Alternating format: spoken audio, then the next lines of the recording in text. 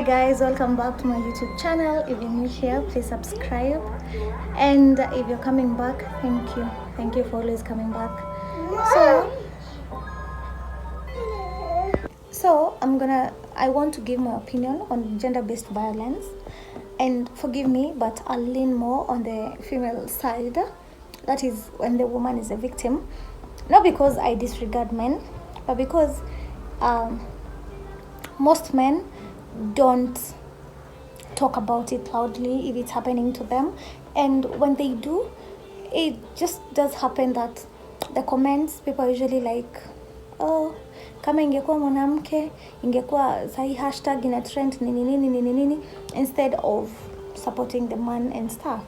But now I want to comment on the comments that are under women's posts when they talk about what they're going on in their marriages and relationships. The major comment, or the one that is usually outstanding sana ni kwani alimfanyia nini, yani ni kama watu wanakuanga wakisema, if someone does something bad to you, you must have done something to them.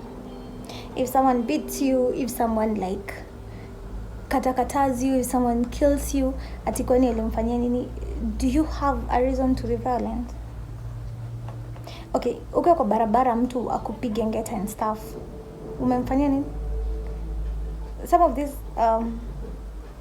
comments, most people say ni inaonyeshana that someone is a red flag, but again, maybe ni ignorance too, ama hajui kabisa, hajui. So I'd give a few points, or rather I will give a few points on some of the reasons that I've heard, my friends have said, and all that. Some of the reasons as to why people don't leave such toxic marriages and relationships. Mtu anakuchapa over and over again, but you still stay. So one of the reasons, actually the biggest reason, ni you think you can change that person. You think for the love you have for them, they will see it one day and they'll be like, oh my God, what have I been doing to her?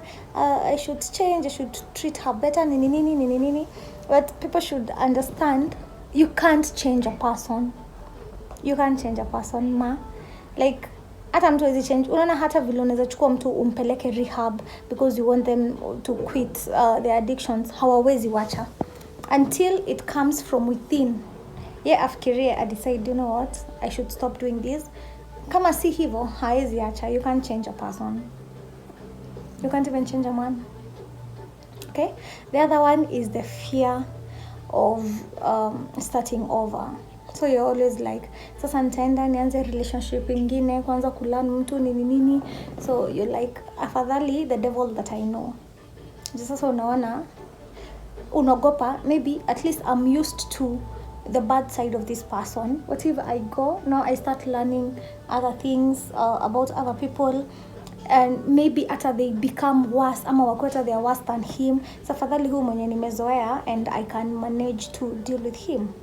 Another one, especially if you had started building your life together, like mulianza tu na kitu kidogo, like you've grown, ama hata unajua bado mnaweza kuwa in a toxic relationship na bado vitu zinaendelea. So you don't want to leave all that behind. And also the people who live for other people, that is not even bad. You shouldn't shame people for doing that. What do I mean? What I mean is, unajali sana what people think about you. So like people will think, oh, you can't sustain a marriage, or kwani ukoaje, kwa nini hakupendi, like all those things.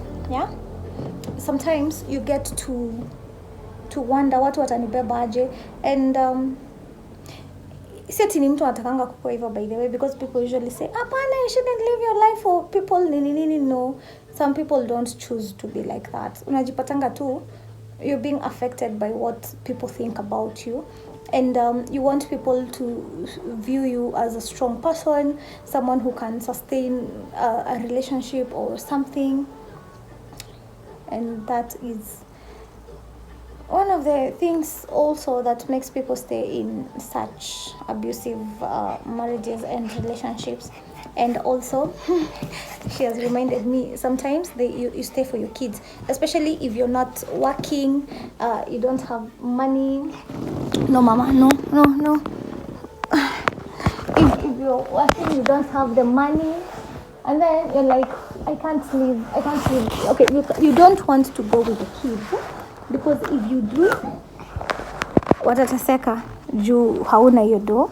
And also if you do watateseka juu hauna hiyo do, na tena you don't want to leave them, like you don't want to be a deadbeat mom. So no, inabidi you stay for your kids. But sometimes, or rather, I'll end with this. Most people say you can die for your kids, but you should live for them. And your kids or your kid needs a healthy mom. Say bye. Bye.